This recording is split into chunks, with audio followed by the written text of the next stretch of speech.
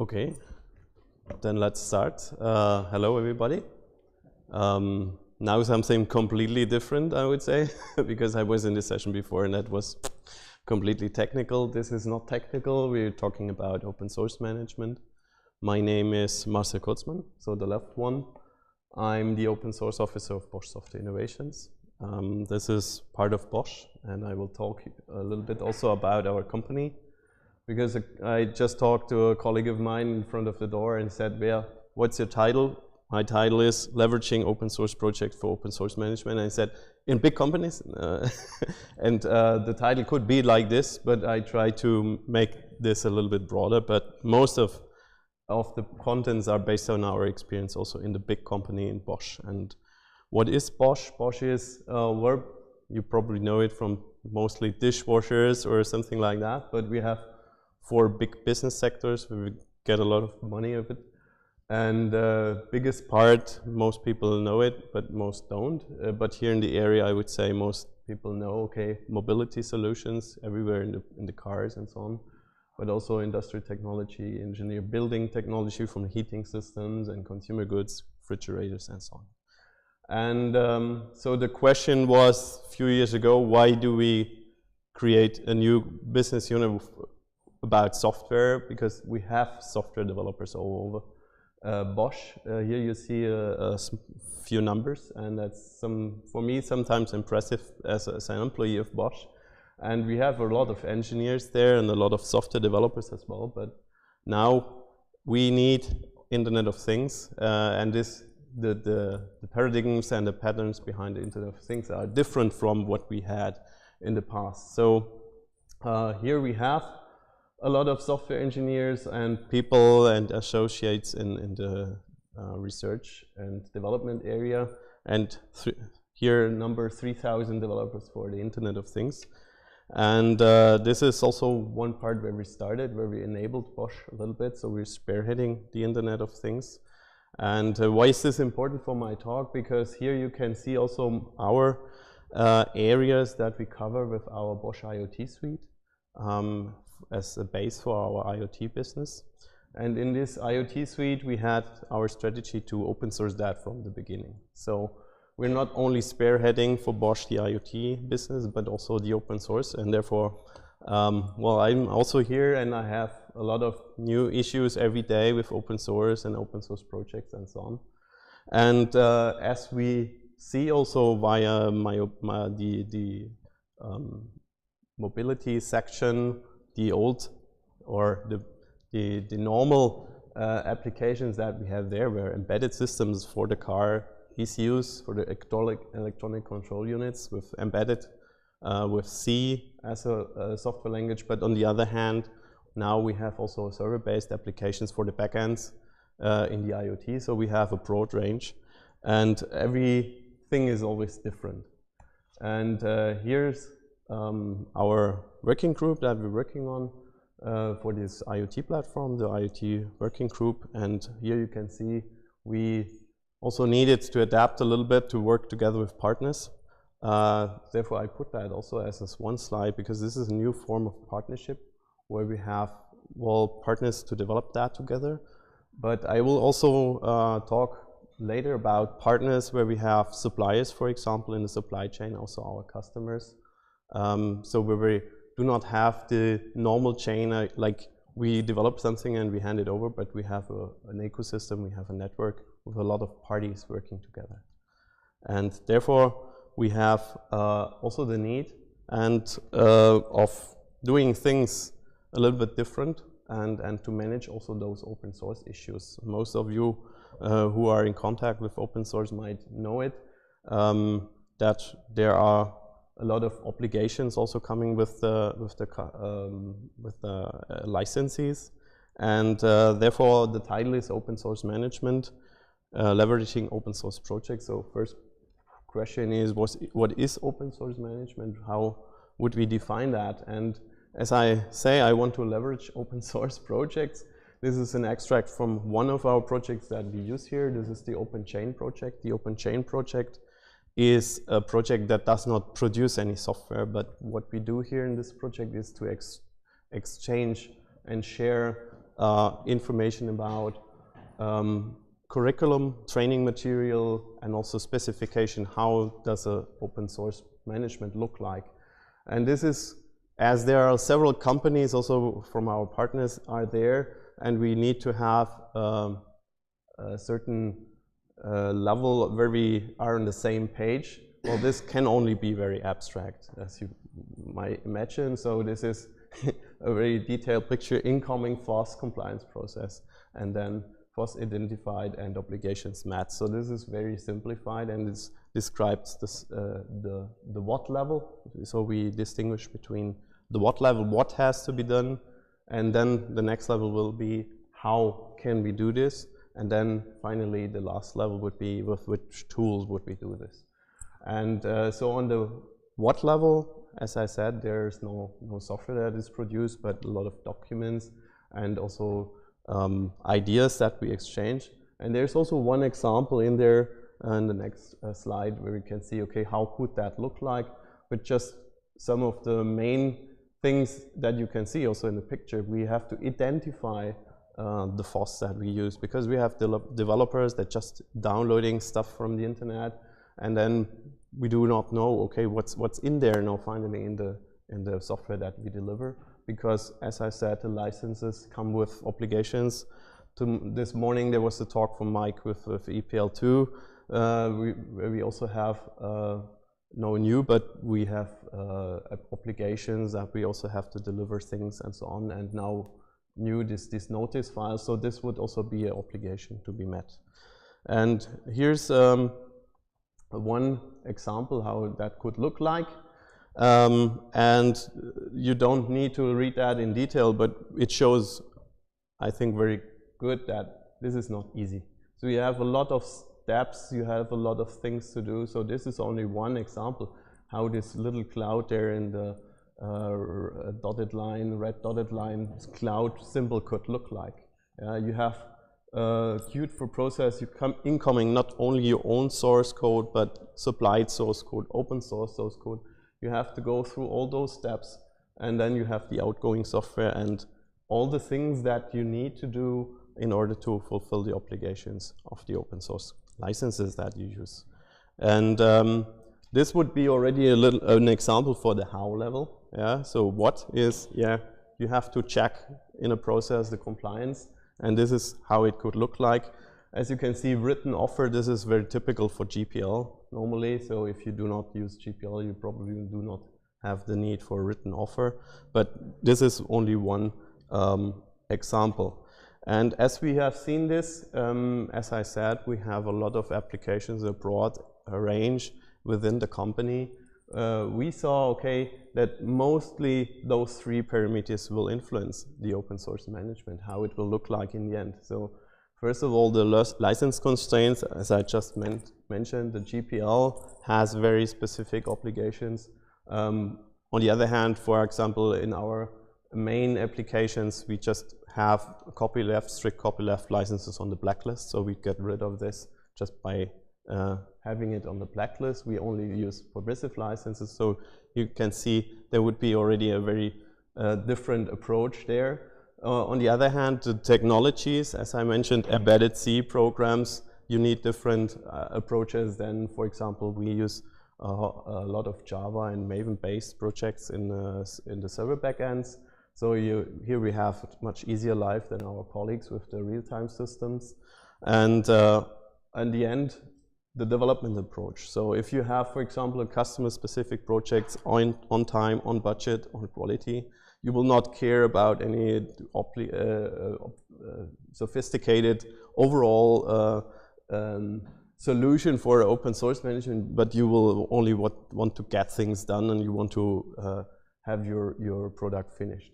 On the other hand, for the product platform development, this is more, you get more stability normally in your processes, and there is also worth, because it's long running things that you also care about efficiency in the processes. So there's also a big difference how your open source management will look like then at the end.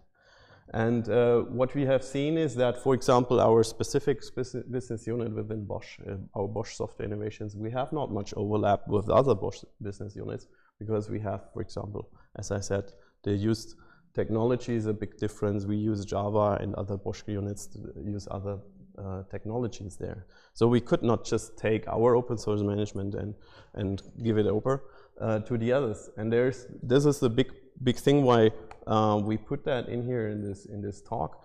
So how could we then leverage open source projects if we do not have a commonality with our Bosch colleagues? And there's this, when we put all those open source management side by side and compare them, and that's what we did. And this is the thesis that we found out here, that what we observed, that if you abstract all those systems, you come up with those key elements that you see, okay, every solution will have this somehow in there. So you have an artifact repository somehow, source code repository, a component metadatabase that could go from a only file-based system to a sophisticated database solution. Also about license, you need all the license tags, the license database. You need to know how to fulfill the obligations, so obligation catalog somehow, and fulfillment guidelines, and also open source code archive, because you have for most of the applications we have also customer requirements or regulative requirements where we have to store all those stuff for a longer time. And this is our thesis that we came up with. Okay, every open source management system will have those key elements in it, and yes, there is. So if we can have that, so we could also share this with all the others. And because also, if you look at it, the mere existence of those elements will not differentiate us, only the contents and also the integration. So if we have a very good integration of, for example, source code repository, that we will have a benefit, and we have a better situation against the competition. But the mere existence, we will not have a differentiating argument for that. So no one will buy our products because we have a very nice source code repository. And this is then, if you look at the right side, again, the picture, if we abstract this picture, you can say, and build kind of generic architecture of an open source management based on those key elements, that would be it. One hint here is that this process, for us, we divide in the middle. So this is not only one process, but we have this first part of the obligation identification, and the second part then of the obligation fulfillment. And also on the left side, if you look, artifact repository, source code repository, so this is the base where you make your software build. And I tried also to show that a little bit with the colors, that also if you use already artifacts that are already done and built, you have also always the technical part of it. And therefore I have the question mark there in the beginning. There's a lot of legal stuff in there, so the license obligations, so what do you have to do? And if you just do it technically, you have your developers and they produce their software, well, they might not care or do not know about it. So this is the major effort that we have in this compliance process, to find that out. And after this obligation identification, so we will find out, okay, what software is in there, what is the source code, what are the copyrights, what components, what licenses, what obligations. So this is what I put in the box there. And then we have a little guidance. Okay, what do we have to do with what we get in? And then the second part starts, the obligation fulfillment. So once you know what you have to do it then. And this is the second part of the obligation fulfillment. What we do here is then to consolidate all the data and everything that we will need. We call it a FOSS bundle. So here we have all the obligations fulfilled with this bundle, if, well, possible, because there are also some weird licenses that have some weird obligations, so you cannot fulfill everything by standards, but for most of the licenses this is possible. It's like a simple example would be, yeah, you have to put the license tags, you have to put the copyrights, for example.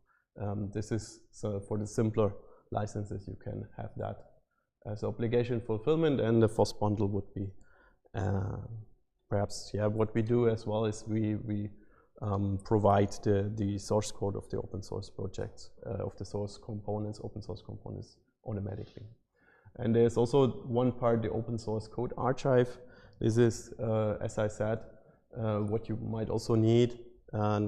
This is not a one-shot thing, but you have, in some cases, you need to provide all the information also on a longer time, and there you need to archive that.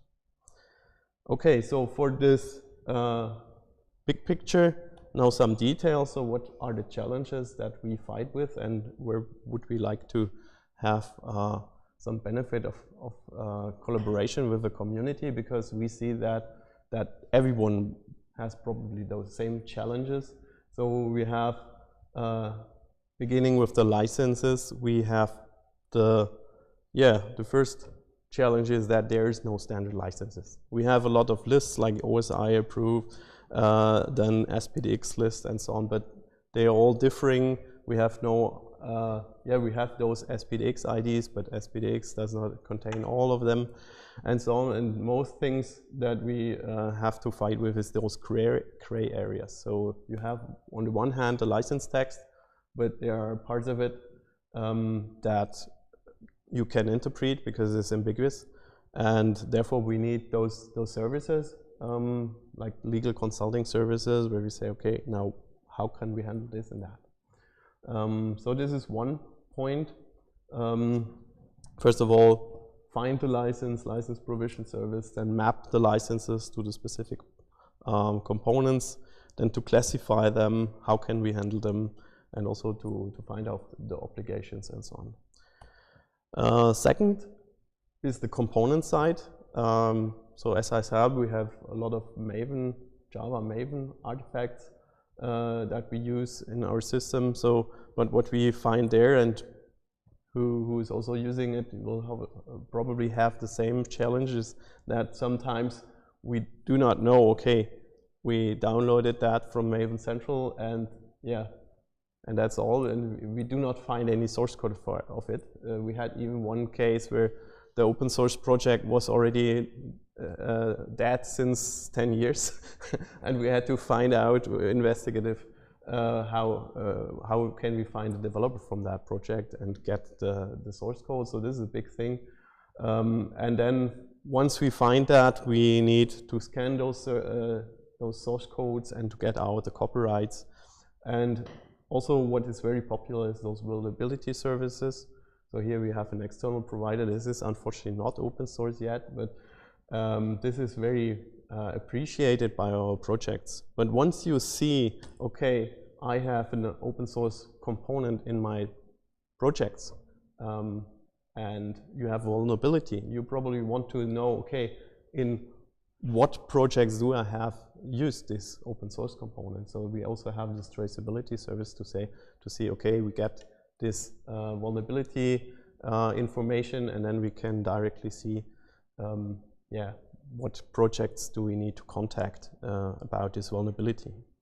But unfortunately, the biggest challenge here is different formats, APIs. We have thousands of tools and everything, and here we have the approach to use an information hub, just to get rid of those different formats and APIs. And last but not least is FOSS bundle. As I said, I try to make a definition, totality of the fulfillment of all obligations required for distribution. And here we have now at that point we already know, okay, what are the licenses components, what do we need to do? But then we need to do it, and this might be also very time consuming to get all those attributions and format them for the distribution and so on. And therefore we have this OSS disclosure document service, and also the copyright listing service. So that sounds like, well, that's very cool, but most of that is really manual services by our colleagues, but most of them we try also to automate that. But automation is also not the only thing that that helps, but because most of the things need some data and databases where we can identify and use the information.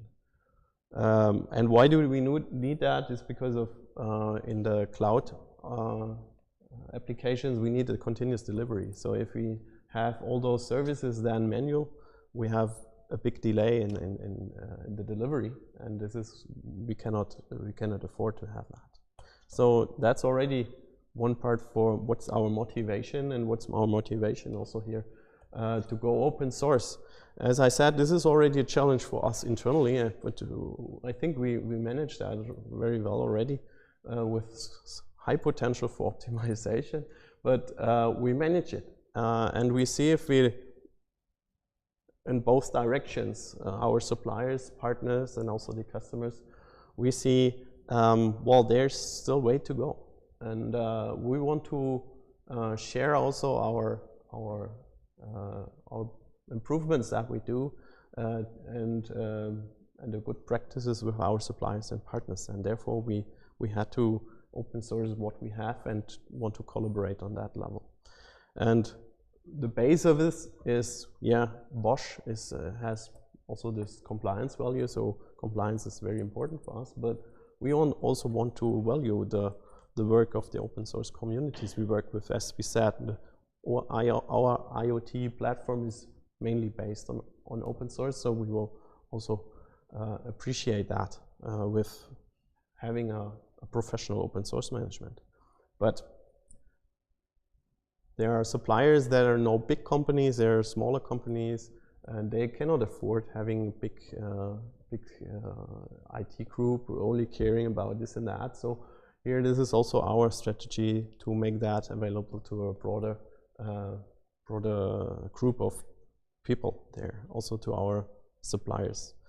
And as I already said, the continuous delivery, we need this automated process. We cannot wait for any legal checks that last for weeks and so on. So this would not work in this context. And what are potential open source projects? I come back to this overview just to map that. So here, Protex IQ from Sonatype. These are the proprietary software providers. Unfortunately, as I said, this is not open source, but for the source code scan, we have the Fossology project. We have for the license database, the SPDX project that I really like what they do there. And here, this was our approach to because we have different software metadatabases, we have different license metadatabases. So there could be one way to standardize that, but also you need all those links to your repositories, and they also differ. So our idea here was not to standardize all of this, but just make an information hub for everyone that everyone can use. And this is the Software 360 project at that point. So this is the first part about the component, the obligation identification. So here we have already a lot of potential to collaborate. Here I just made point because there's this really big range how you could collaborate on the software build just to have it complete. But here in the second point, I learned this morning from Mike in his talk that also Wayne Eaton is starting to create a tool to create this notice file automatically for EPL. We have one tool that we use internally to automate this creation of this FOSS bundle, and there's Google came up with 2 weeks ago about this Graphias project. So you see there's a lot of things happening, and we seem to be on the right way to collaborate on that approach here. And also for the open source code archive, here it is this software heritage project. I saw tomorrow there will be the keynote from Roberto, and that's, yeah, you should have a look in it. This is really a cool idea. So this is where we had to and where we want to share, and in a few weeks I hope we can manage that we will also come up with our solution here that we want to share with the community. And this is tooling, yeah, and yeah, fool with tool is still a fool.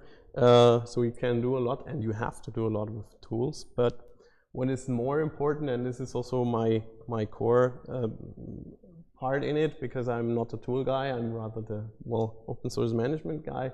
And here I like what the OpenChain project did. So we have a good curriculum where you have a lot of material in there that you can just use in your company. We adapt it a little bit, and it's available in several languages. So this is really the sake of the community at that point, because that would you have to invest a lot of money to have that if you do it on your own. And second is this OSM maturity and maturity of your suppliers. So the OpenChain specification also provides a self-certification that you could also use for your suppliers to tell them, please certify yourself. And then you can have assurance of your whole supply chain. So here as a summary, so these are the links to those projects. What you also have to mention here is the Do group. This is a group of companies in US that also, like a little bit like OpenChain, share their best practices, good practices. Also like the open source compliance link that I put in the first line. So this, the one is rather Europe, the other is rather US, and I think they will all meet together then in the OpenChain in the next weeks and months, because I think OpenChain is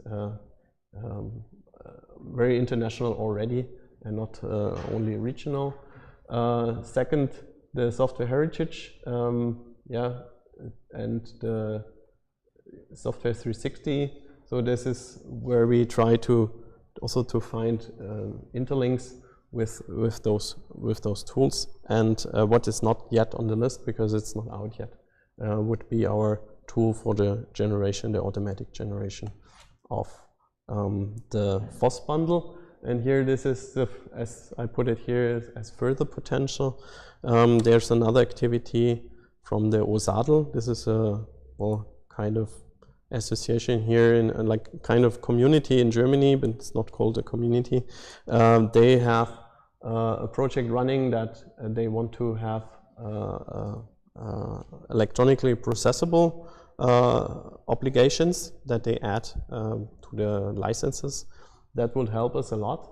And as you can see here, OpenChain seems to be the end of everything, because the results they will also share in the OpenChain project of that.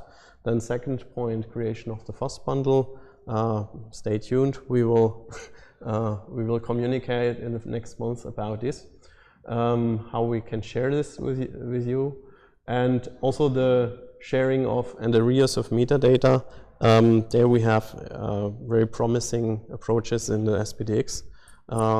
And there Wayne Beaton said also that our Eclipse projects will probably jump on this train, so that we have the material, the meta information directly hosted within the project, so that we do not have this investigation effort to find that out. So that will raise the quality of the inputs a lot. Yeah, if you're interested, as I said, there are GitHub to-do group where you can find nice implementations. But as I said, there are very specific sometimes to your technology that you use or your context that you use. And the OpenChain is the one that is the most generic one among them. And this was now about the whole usage part. So we differentiate between open source usage, but we all, as you might have noticed, we also do open source contribution with our Eclipse project. And here we see, or I see as the open source officer, I'm heavily involved in those approval processes, that we need also a kind of management system. And within this system, there's also a lot of checks and scans to be done. And there's also one promising, well, not promising, this is very old already, the code janitor, but I think it might make sense to update it a little bit, because that's really helpful if you check your contributions. Okay, so you're invited. Let's do it. Let's enable professional service open source management for everyone. And yeah, if you need help, you're welcome to ask. I will be available at our booth directly next to it, and also by mail. And also Steffen Evers, who most people normally know him in the Eclipse community.